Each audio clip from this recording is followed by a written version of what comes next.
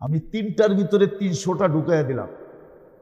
এই তিনটার ব্যবহার যে শিখল, ওকে কোনোদিন আফসোস করতে হবে না।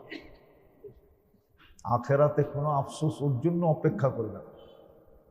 ওরা আখেরাতে কোনো আফসোস করতে হবে না, মৌতে কোনো আফসোস করতে হবে না, কবরে কোনো আফসোস করতে হবে না, কিয়ামতের মাঠে কোনো আফসোস করতে হবে না, হিসাব কিতাবে যায় কোনো আফসোস করতে হবে না, পলসেরাতে যায় কোনো আফসোস করতে হবে না। কোথাও ওর জন্য আফসোস নাই, ও আফসোস মুক্ত। এই তিনটার ব্যবহার যে শিখল, যেটাকে এইভাবে বলা যায় জান, মাল, হায়াতে জিন্দেগি। সেই উপরওয়ালা বুঝবে আপনার ভিতরে তলব আছে, তলব। তখন আপনাকে আমাকে দিবে, আর নাইলে দিবে না। এই জন্য খুব মনোযোগী হইতে হবে। মনোযোগী হইলে তলব প্রমাণ হবে। তলব যখন প্রমাণ হবে, তখন আল্লাহ আপনাকে আমাকে দিবে। দুনিয়া দিবে না, দিন দিবে, দিন। তখন আমার ভিতরে যা আসার এটা আসবে, নাইলে একদিন কিন্তু আফসোস করতে হবে। মানুষ আফসোস করবে, হাদিসে আছে এতটুকু আফসোস করবে যে নিজের হাত নিজে চাবায়া খাইতে খাইতে এই পর্যন্ত চলে আসবে। ওর খেয়ালই থাকবে না যে এত দূর হাত চাবায়া ফেলছে। মাঝে মাঝে দুই একটা চিত্র দেখা যায়, কোরআনের চিত্র আছে। মিশরের মেয়েরা জানতোই না যে হাত কেটে ফেলছে। জানতো নাকি? না, রক্ত দেখা দেখতেছে, আরে আমারটাই তো আমি কেটে ফেললাম, ঠিক না? গভীর মনোযোগের কারণে আফসোস এতটুকু হবে যে নিজের হাত নিজে চাবায়া খায়া ফেলবে, কিন্তু আফসোস কোনো কাজে দিবে না। কসম, আজকে আফসোস কাজে দিবে, কিন্তু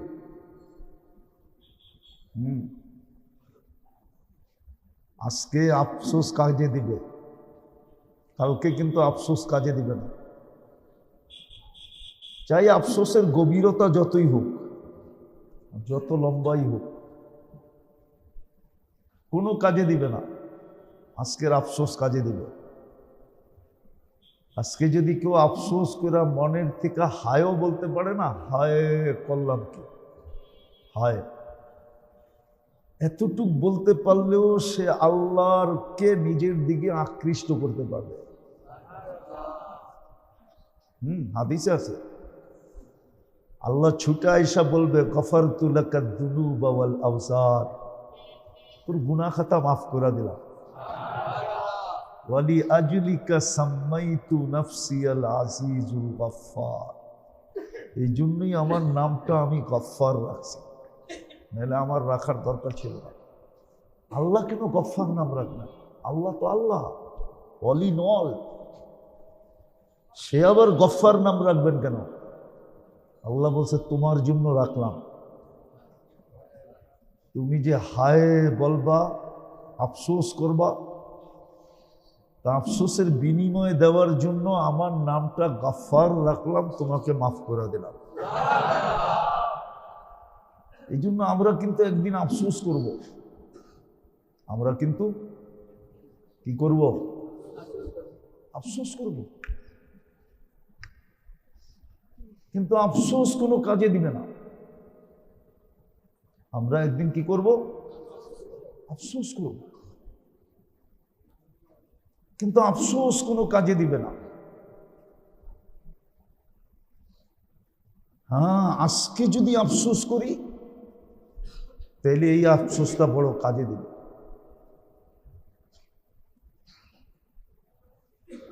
এই জন্য মানুষ যেন আফসোস না করতে হয়, বিশেষ করে উম্মতে মুহাম্মাদির যেন কাল কিয়ামতের দিন আফসোস না করতে হয়, লজ্জিত না হইতে হয়। কেন আপনার আমার লজ্জা, আপনার আমার লজ্জা না। এই লজ্জা কিন্তু মুহাম্মদুর রাসূলুল্লাহ পর্যন্ত যাবে।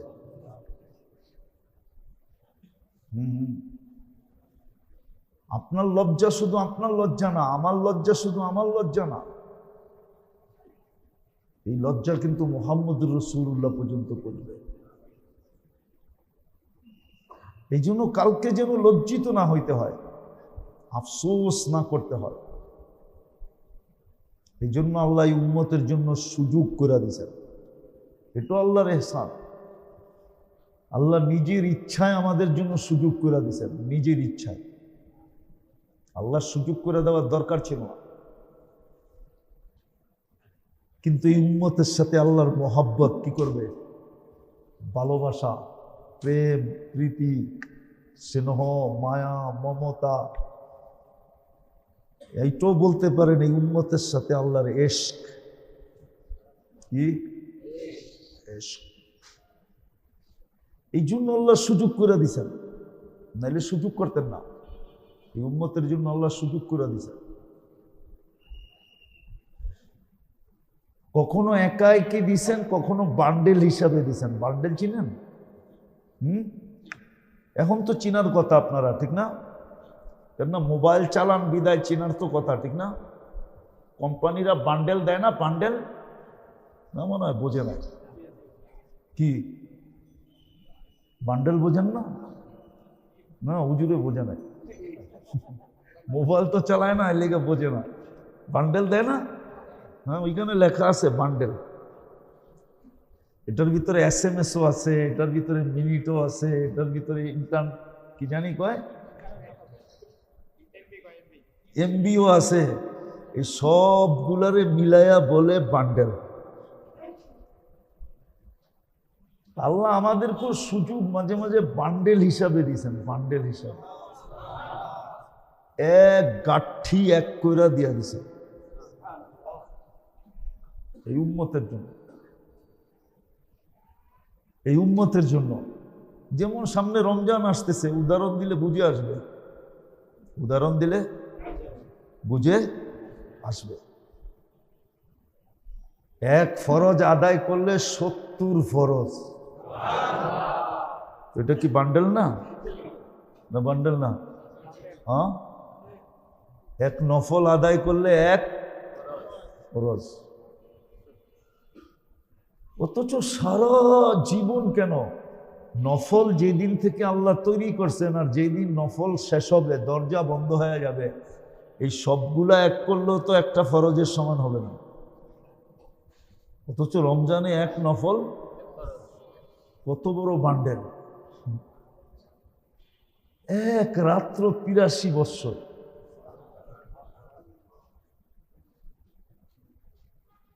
দশ দিন রহমত দেওয়ার জন্য শুধু দরজা খোলা রাখবেন না, ডাকতে পর্যন্ত থাকবেন। প্রথম 10 দিন কি শুধু দরজা খোলা রাখবেন না, ডাকবেনও।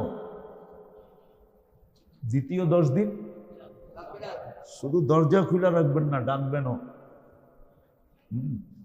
আপনারা হাইওয়ে যান না তো, এই জন্য দেখেন না। হাইওয়েতে যান, হাইওয়ে ঢাকা চিটাগাং, ঢাকা সিলেট, ঢাকা খুলনা যান, দিনের বেলা যান, রাত্রের বেলা যান না। রাত্রের বেলা দেখবেন হোটেলাররা টর্চ লাইট দিয়ে ডাকতে থাকে।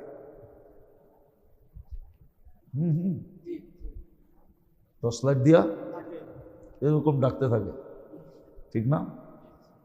যারা যায় ওরা দেখে, মনে হয় যে বিনা পয়সায় খাওয়াই বাড়তি, এরকম ডাকে। কিন্তু গেলে গলা কাটটা রেখে দেবে। তো আল্লাহ দ্বিতীয় 10 দিনে মাগফিরাতের জন্য ডাকতে থাকে।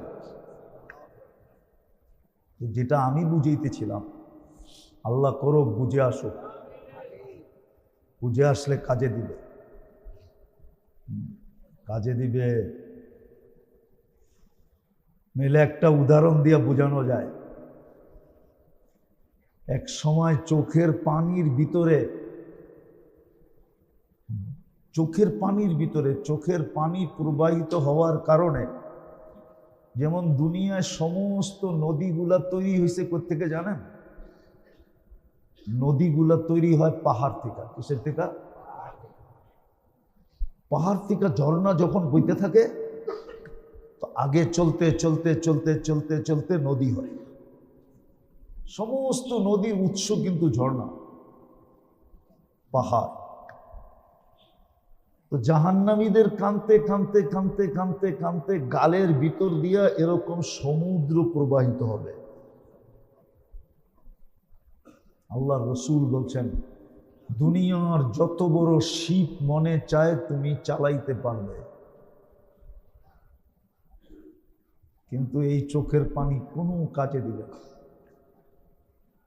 কিন্তু আজকে যদি মাসির মাথা পরিমাণও চোখের পানি, আল্লাহর ভয়ে, দুজকের ভয়ে, আখেরাতের ভয়ে, কবরের ভয়ে, কিয়ামতের মাঠের ভয়ে, হিসাব কিতাবের ভয়ে যদি মাসির মাথা পরিমাণও নির্জনে বৈশা যদি উদিত করে দিতে পারল, এই চক্ষু জাহান্নামের উপরে হারাম, দুজক নিবা গেল, দুজক নিবা গেল। অথচ সারা দুনিয়ার পানি দিয়ে আপনি দুজকের একটা কয়লা নিবাইতে পারবেন না, কয়লা পারবেন না। কেন ঈসা আলাইহিস সালাম জিজ্ঞাসা করছিল এক দলকে যে সিজ্জিনের একটা কয়লা কিরম বড়, সিজ্জিন একটা দুজক, জিজ্ঞাসা করছিলেন এটা কত বড়? তো মাটির নিচের থেকে জবাব আসছে, কুল্লু জমরাতিন মিনহা কা আতবাকিদ দুনিয়া কুল্লিহা। এক একটা কয়লা পুরা দুনিয়ার সমান বড়। জিজ্ঞাসা করছিলেন ঈসা আলাইহিস সালাম যে অমা সিজ্জিন, সিজ্জিন কি জিনিস? তো নিচের থেকে আওয়াজ আসছে, কুল্লু জমরাতিন মিনহা কা আতবাকিদ দুনিয়া কুল্লিহা। ওর একটা কয়লা সারা দুনিয়ার সমান বড়, আপনি নিভাইতে পারবেন না। অথচ আজকে এক ফোঁটা চোখের পানি না, সামান্য একটু পানি আল্লাহর ভয়ে কোনায় বৈশা যদি উদিত করতে পারেন, তাহলে দোজখ নিবানো সহজ, নিবা যাবে। আমি যেটা বুঝাইতেছিলাম যে আফসোস একদিন আমরা করব, আফসোস একদিন হবে, আফসোস। যদি আজকে কয়েকটা জিনিসের মূল্যায়ন না হইল, আমি মূল্যায়ন না করলাম, তাহলে কালকে কিন্তু বড় আফসোস করতে হবে। আফসোস কোনো কাজে দিবে না, কিন্তু আজকের আফসোস খুব কাজে দিবে যদি আজকে আফসোস করতে পারি। আজকে যদি কয়েকটা জিনিসকে সঠিক ব্যবহার করতে পারে। এই জন্যই আল্লাহ এই উম্মতকে সুযোগ দিছেন, এই উম্মতকে সুযোগ দিছেন। কোন উম্মতকে আল্লাহ এরকম দেন নাই, এই উম্মতকে দিছেন। কারণও বলে দিছেন, ভালোবাসার কারণে, মহব্বতের কারণে, প্রেমের কারণে, প্রীতির কারণে, স্নেহর কারণে, মায়ার কারণে, মমতার কারণে এই উম্মতের সাথে আল্লাহর ইশক। এই জন্য এই উম্মতকে আল্লাহ দিছেন। যদি কয়েকটা জিনিসকে মূল্যায়ন করতে পারি, তাহলে আমি আফসোসের থেকে বেঁচে যাব। আর নাহলে আফসোস করব, কিন্তু কোনো কাজে দিবে না, কোনো কাজে দিবে না। নিজের মাথা নিজে দেওয়ালে মারবে, নিজের হাতে নিজের মাথা ভাঙবে, ফাটাবে, কিন্তু কোনো কাজে দিবে না। আজকে যদি কয়েকটা জিনিসকে মূল্যায়ন করতে পারি, তাহলে মেরে দোস্ত ওই আফসোসের থেকে বেঁচে যাব। এই জন্য একটা কথা বলি, আপনাদের দিলে গাথে কিনা জানি না, এই উম্মতকে আল্লাহ সুযোগ দিছেন। এই উম্মত যদি কিছুও না করে না, আর সারাদিন নিজেকে ইস্তেগফারের অভ্যস্ত বানায়, খালি মাপ চাইতে থাকে, খালি মাপ চাইতে থাকে, তাহলে এই উম্মতের মাপ চাও কিন্তু আল্লাহর কাছে বিরাট বড় দাম রাখে। যদি দাম না রাখতো, তাহলে কোরআনে কেন আসতো? ওদের প্রশংসা আল্লাহ কেন করতেন? ওয়াবিল আসহারি হুম ইয়াস্তাগফিরুন। আগে কোনো আমলের কথা আছে নাকি এই আয়াতে? নাই তো, আসেনি? কোনো আমলের কথা তো নাই। শেষ রাত্রে উঠা খালি মাপ চায়। শেষ রাত্রে উঠা কি করে? শুধু মাপ চায়। ওদের প্রশংসা আল্লাহ করতেন না, আল্লাহ তো ওদের প্রশংসা করতেছে। ওয়াবিল আসহারি হুম ইয়াস্তাগফিরুন, শেষ রাতে উঠা মাপ চায়। তাহলে প্রশংসা করতেন না। এই জন্য অল্প কয়েকটা জিনিসের যদি আমরা মূল্যায়ন করতে পারি তাহলে আফসোসের থেকে বেঁচে যাব। নাইলে বড় আফসোসের শিকার হতে হবে। হায় আফসোস, হায় আফসোস বলতে বলতে শেষ, কিন্তু কোনো কাজে দিবে না।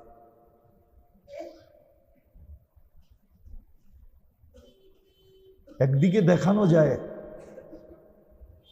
বেশি না, বেশি না, তিনটা জিনিসের ব্যবহারই যদি সঠিক হয়ে গেল, তিনটা জিনিসের ব্যবহার সঠিক হয়ে গেল। একটা হলো যতটুকুই আল্লাহ হায়াত দিছেন এটার যদি সঠিক ব্যবহার হয়ে গেল। আবার অনেকজনের মনের ভিতরে প্রশ্ন জাগতেছে হয়তো যে আমার হায়াতটা যে সঠিক ব্যবহার করব, হুজুররা আবার এটা বলতে চায় নাকি যে সারাদিন মসজিদে পড়ে থাকতে হবে? না, আপনি সঠিক ব্যবহার শিখেন না, আপনি হায়াতের সঠিক ব্যবহার শিখেন। আপনি দোকানে বসে থাকবেন আর ফেরেশতা আপনাকে দেখা মুস্কি মুস্কি হাসতে থাকবে আর বলবে এই লোকটা দোকানে থাকলে কি হবে, তো কিয়ামতের দিন নবীদের কাঁধে কাঁধ লাগায়া উঠবে। সারাদিন নাক ডুবায়া ব্যবসা করলে কি হবে? এর হাসর তো নবীদের সাথে লেখা হয়ে গেছে।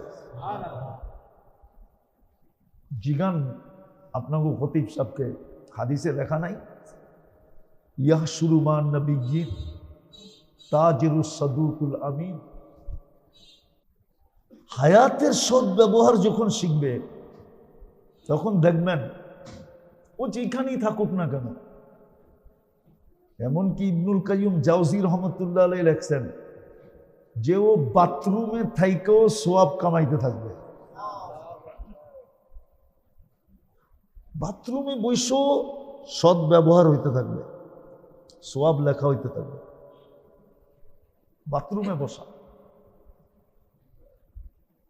হায়াতের সৎ ব্যবহার, হায়াতের সৎ ব্যবহার, যে হায়াত কিভাবে সৎ ব্যবহার করে যাতে জীবন নিয়ে কোনো আফসোস না করতে হয়, জীবনের উপরে কোনো আঙ্গুল না উঠাইতে হয়।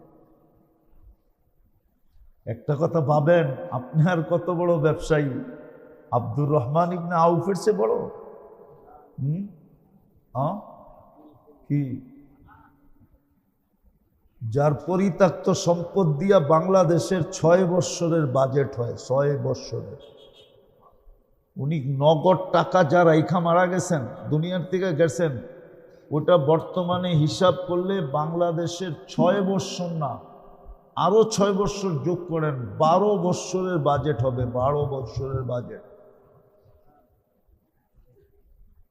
আমি তো ওই আমলে হিসাব করছি যে আমলে সোনার বড়িয়া ছিল মাত্র 6,000 টাকা, আর এখন সোনার বড়ি হইল 2,16,000 টাকা। আমি তো ওই সময় হিসাব করছি যে সময় 6,000 টাকা বড়ি, তখনই ওনার পরিত্যক্ত সম্পদের টাকার মান হইতেছিল 47 লক্ষ কোটি টাকা। কত? 47 লক্ষ কোটি টাকা, বাঙ্গারিগুলা বাদ দিয়া। এটার লোকে বাঙ্গারিও আছে। আমি তো ওই জমানায় হিসাব করছি যে জমানায় 6,000 টাকা সোনার বড়ি, এখন সোনার বড়ি হইল 2,16,000 টাকা। আপনার দেশের 100 বৎসরের বাজেট হবে, 100 বৎসরের। উনি যে টাকা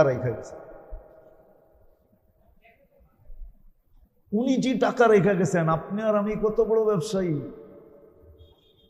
কিন্তু হ্যাঁ, উনি হায়াতের জিন্দেগি, জীবনের পরিচালনা শিখছিলেন, জীবনটাকে, হায়াতটাকে সঠিকভাবে পরিচালনা করছিলেন।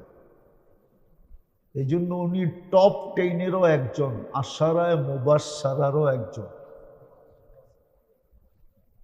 টপ 10-এর 10 জনের একজন হইলেন আব্দুর রহমান ইবনে আউফ রাদিয়াল্লাহু তাআলা। উনি হায়াতে জিন্দেগির ব্যবহার শিখছেন। দ্বিতীয়, উনি দেহের ব্যবহার শিখছেন। দেহের, আমরা দেহের ব্যবহার শিখি নাই, আমরা দেহের ব্যবহার শিখি নাই।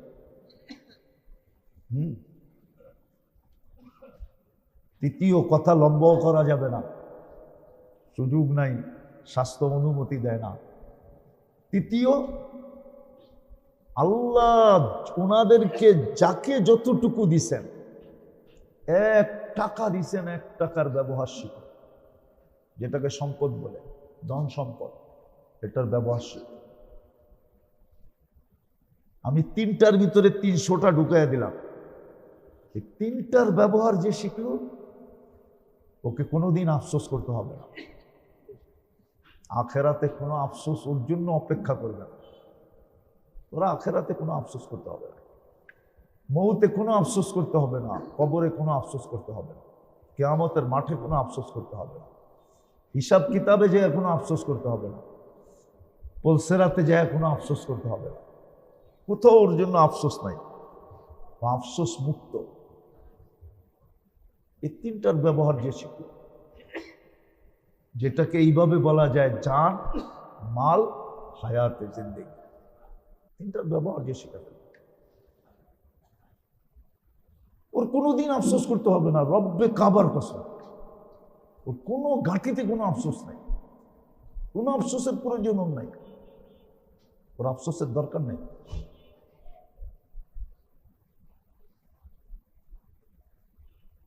কিন্তু 3টার ব্যবহার শিখতে হবে।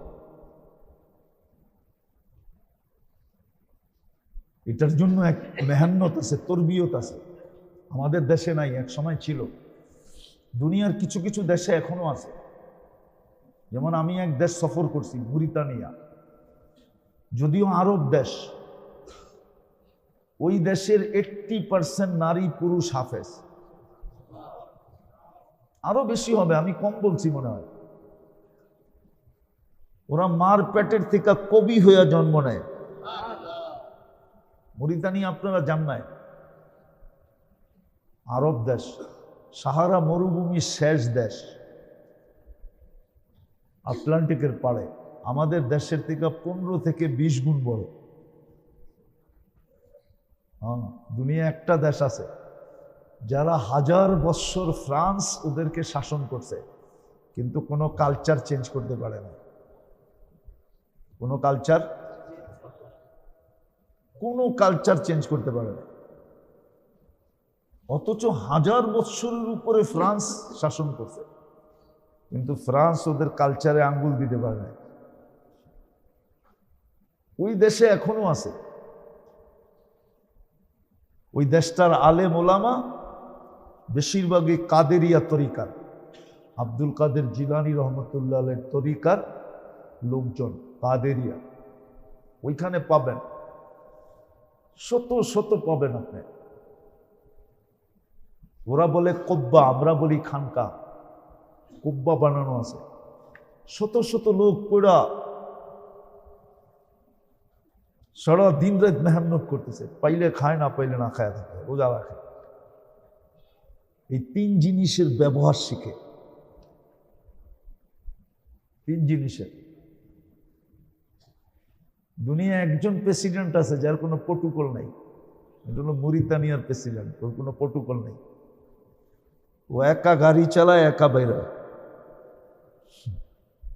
সপ্তাহে একদিন উট চড়ায়, 6 দিন রাজপ্রাসাদে থাকে। সপ্তাহে একদিন উট চড়াইতে যায়। উটের খামার আছে, এখান থেকে উট টুট চড়ায় টড়ায় দুধ টুধ লয়া তারপরে ফিরে আসে শহরে। ওর কোনো প্রটোকল নেই, সামনে কোনো পুলিশ মুলিশ কিচ্ছু নেই, ও একা গাড়ি চালায়া যায়। আমি ওই দেশে গেছি এই জন্য বলতেছি, আমি চোখে দেখছি এই জন্য বলতেছি, ওর কোনো প্রটোকল নাই।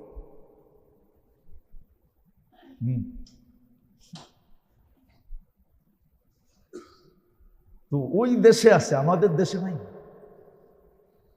এই তিনটার সহি ব্যবহার শিখার জন্য সবচেয়ে বড় যেটা ছিল, এটাকে সেট করতে হয়, সেট। তখন দেখবেন জীবন সহি ব্যবহার হইতেছে। চাই সেটা বাজারে বসা থাকুক, চাই সেটা রোটে পড়া থাকুক, চাই সেটা ঘাটে পড়া থাকুক, চাই সেটা হাটে পড়া থাকুক, চাই বাজারে পড়া থাকুক, চাই মেইলে, চাই ফ্যাক্টরি, দুনিয়ার যেখানে পড়া থাকুক,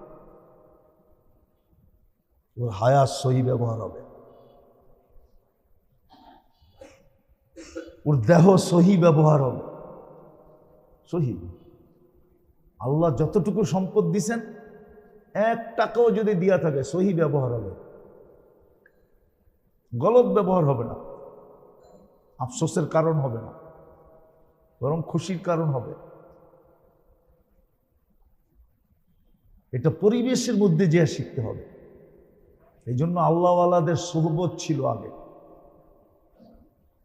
ক্ষেত্র ছিল, এখন ক্ষেত্র আমাদের দেশে নাই। আর কারো ভিতরে এই আগ্রহ নেই। আছে, দুনিয়ার কিছু দেশে আছে, এখনো আফ্রিকাতে আছে। ওই মরিতানিও আফ্রিকার একটা দেশ, মরক্কো আফ্রিকার দেশ, মিশরও কিন্তু আফ্রিকা মহাদেশে পড়ছে। লিবিয়া, টিউনিসিয়া, এগুলো সব আফ্রিকা মহাদেশের দেশ। শুধু আফ্রিকা মহাদেশে কিছু দেশে আছে এখন, যেখানে মানুষ চলে যায় 1 মাস 2 মাস 3 মাস বৎসর পড়া থাকে, সোনা হইয়া বাহির হয়ে আসে। তখন আর এই 3 জিনিস এরকম জায়গায় ব্যবহার হয় না যেটার দ্বারা ওকে কখনো আফসোসের শিকার হইতে হবে। আফসোসের শিকার হইতে হবে না, এটা শিখতে হবে মেরে দোস্ত, শিখতে হবে, তাহলে আফসোস হবে না, তাহলে বড় আফসোস হবে। আর বললাম না, কালকের আফসোস কোনো কাজে দিবে না,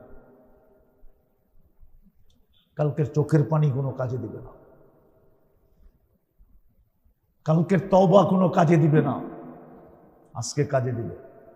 এই জন্য দরখাস্ত সবারই কাছে।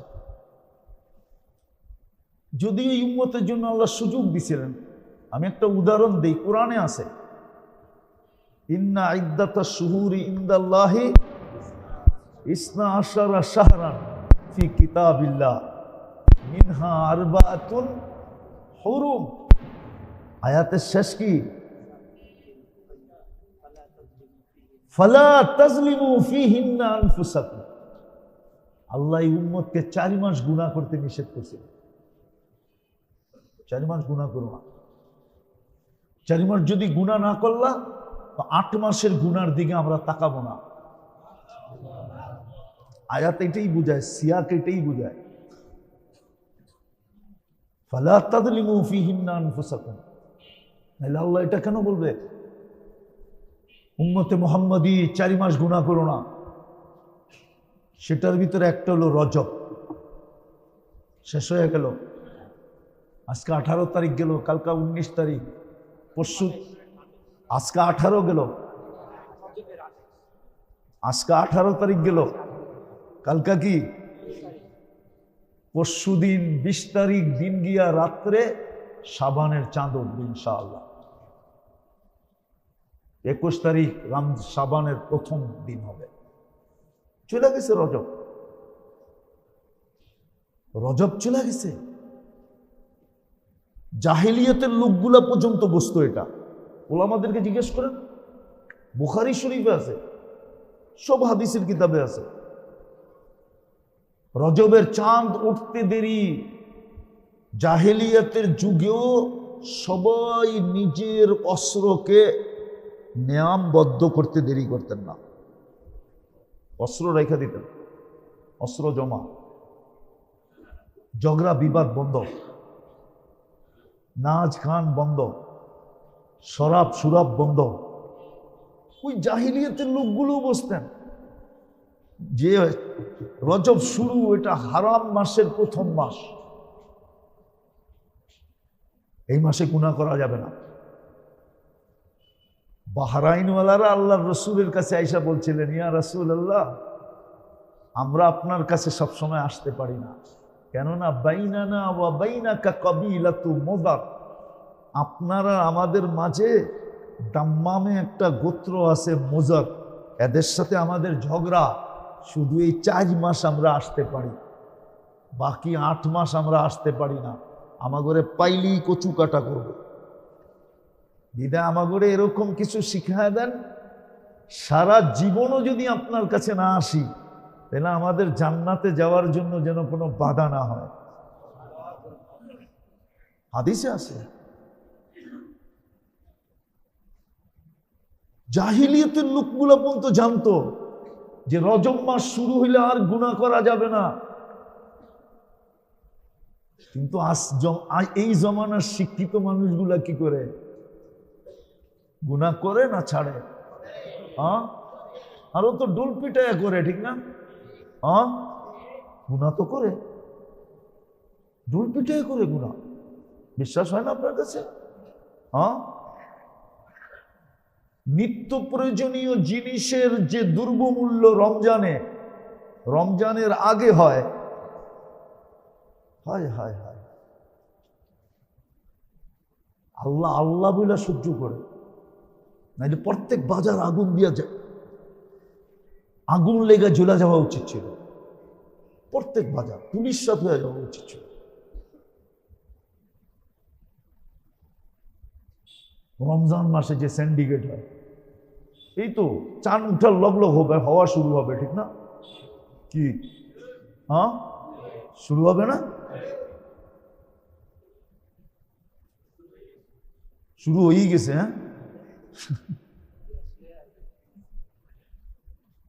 আফসোস আফসোস আফসোস আফসোস। ওই যে বললাম না, শিক্ষা নাই, দীক্ষা নাই।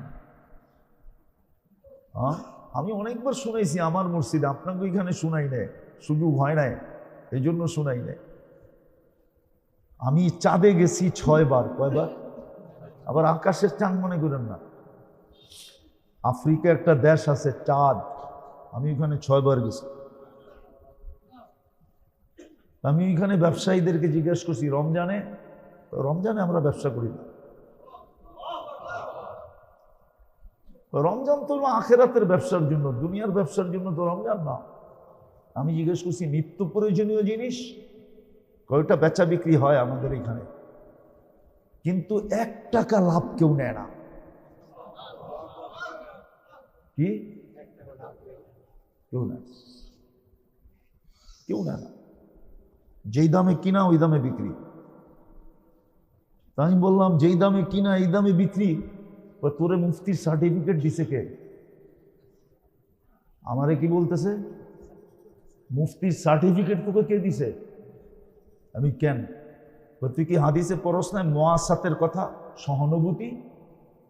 যে সহানুভূতি করবে তাকে আল্লাহ জান্নাত লেখা দিবে, জান্নাত। এই জন্য 1 টাকা লাভ নেয় না। আর ক্রেতারা আবার বিক্রেতাকে বলে, তুমি তো 1 টাকা লাভ নেও না জান্নাত কামানোর জন্য, তুমি জান্নাত একা কামাইবা, আমি জান্নাত কামাবো না? আমি তোমাকে এইটা হাদিয়া দিয়া দিলাম, লাভ দিলাম না, কি দিলাম? আমিও জান্নাত কামাইতে চাই। তো হাসতে হাসতে বলতেছে, যা হাদিয়া দিয়া যায়, লাভ নিলে এতটুকু হইতো না, হাদিয়াটাই লাভের 100 গুণ বেশি হয়ে যায়। অথচ আফ্রিকার দেশ, গরিব দেশ, কালো, যাদেরকে দেখলে আমরা মুস্কি মুস্কি হাসি, ঠিক না? হাসেন না? ওর কালো রং দেখে আপনি হাসেন, ঠিক না? আমি বলে আসছিলাম, আসলে তোরা তো কালো না, তোরা হলি ব্ল্যাক ডায়মন্ড। ব্ল্যাক ডায়মন্ড তোরা, অথচ আমার দেশে নাই, জানি না। অথচ জান্নাত কামানের লেখায় নেওয়ার সুযোগ ছিল রমজানে, জান্নাত লেখায় নিতে পারত। আপনি আসেন, আমি আপনাকে দেখায় দিই, বুখারী শরীফ খুলে লেখায় দেবেন যে আপনি জান্নাত নিজের নামে লেখায় নিতে পারেন। মান আফতারা সাইমান ফাকাদ আতাকা রাকাবাতাহু মিনান নার, যে কোনো রোজাদারকে রোজা খোলাইলো সে নিজেকে জাহান্নাম থেকে মুক্ত করাইলো। সাহাবা জিজ্ঞাসা করছে কি দিয়া? আমরা তো পেট ভরে খাওয়াইতে পারবো না। আল্লাহ রসুল বলছে দুধ দিয়া। দুধও তো সবার কপালে জোটে না। তাহলে খেজুর দিয়া? এটাও তো জোটে না। আল্লাহ রসুল আল্লাহর থেকে অনুমতি নিতে নিতে এখানে নিয়ে আসছেন, ওয়ালাউ শুরবাতা মা, এক ডোক পানি দিয়া যদি খোলাও তারপরও তোমাকে জাহান্নাম থেকে মুক্ত করে দেবে।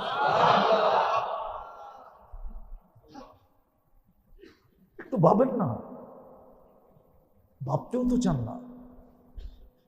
তো যেটা আমি বুঝাইতেছিলাম যে আফসোসের থেকে যদি বাঁচতে হয়, কালকে আফসোস, তাহলে তিনটা জিনিসের ব্যবহার শিখতে হবে। একটা এই দেহের ব্যবহার, আর একটা হায়াতের ব্যবহার, আর একটা আল্লাহ আমাদেরকে যতটুক সম্পদ দিয়েছেন এটার ব্যবহার শিখতে হবে। শিখার জন্য সবচেয়ে উত্তম ক্ষেত্র হল হক্কানি আল্লাহওয়ালা আর হক্কানি উলামা, এদের সোহবতের মাধ্যমে শিখা। সোহবতের মাধ্যমে। হ্যাঁ, এটার ভিতরে একটা সুযোগ দিতেছি, আপনি যাইয়া বলতে পারেন হুজুর সবগুলা আমার দ্বারা করা সম্ভব না। যেমন সাহাবা জিজ্ঞাসা করছে মাঝে মাঝে, ইয়া রাসূলুল্লাহ এমন একটা শিখায়া দেন যেটা দিয়ে আমি জান্নাতে চলে যেতে পারি। কয়টা? কয়টা? হাদিসে আছে, আল্লিমনি কালিমাতান, আমার একটা কথা শিখায়া দেন যেটা দিয়ে আমি জান্নাতে চলে যাব। আল্লাহ রসুল শিখায়া দিছে। ওলামাদের কাছে যান, যা বলেন হুজুর এরকম চোখা চোখা কিছু জিনিস শিখায়া দেন। চোখা চোখা বোঝেন? এটা কিন্তু ডাকায়া শব্দ। কি চোখা চোখা মানে কি? হ্যাঁ, আরে না, প্রসিদ্ধ প্রসিদ্ধ, মোটা মোটা, বড় বড়। হ্যাঁ, এটারে ঢাকায়রা কয় চোখা চোখা। চোখা চোখা কিছু শিখাইয়া দেন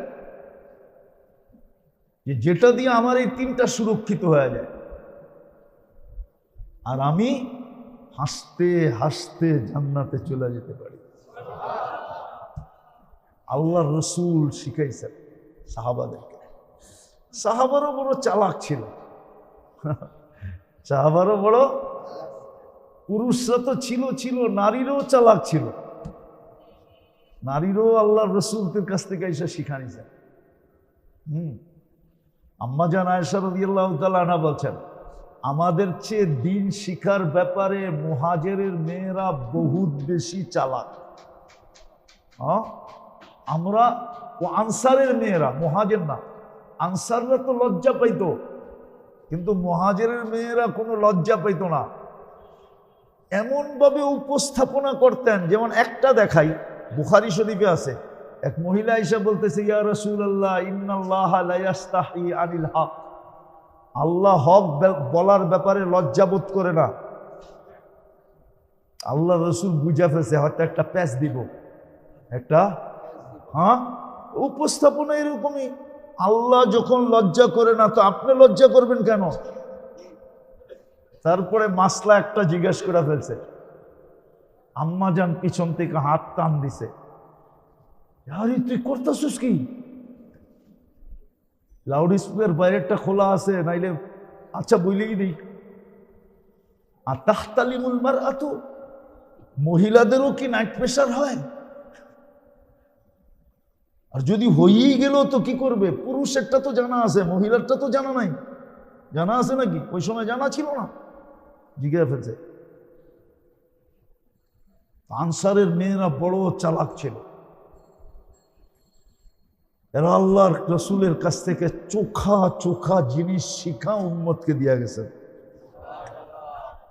সাহাবারা এরকম চালাক ছিলেন।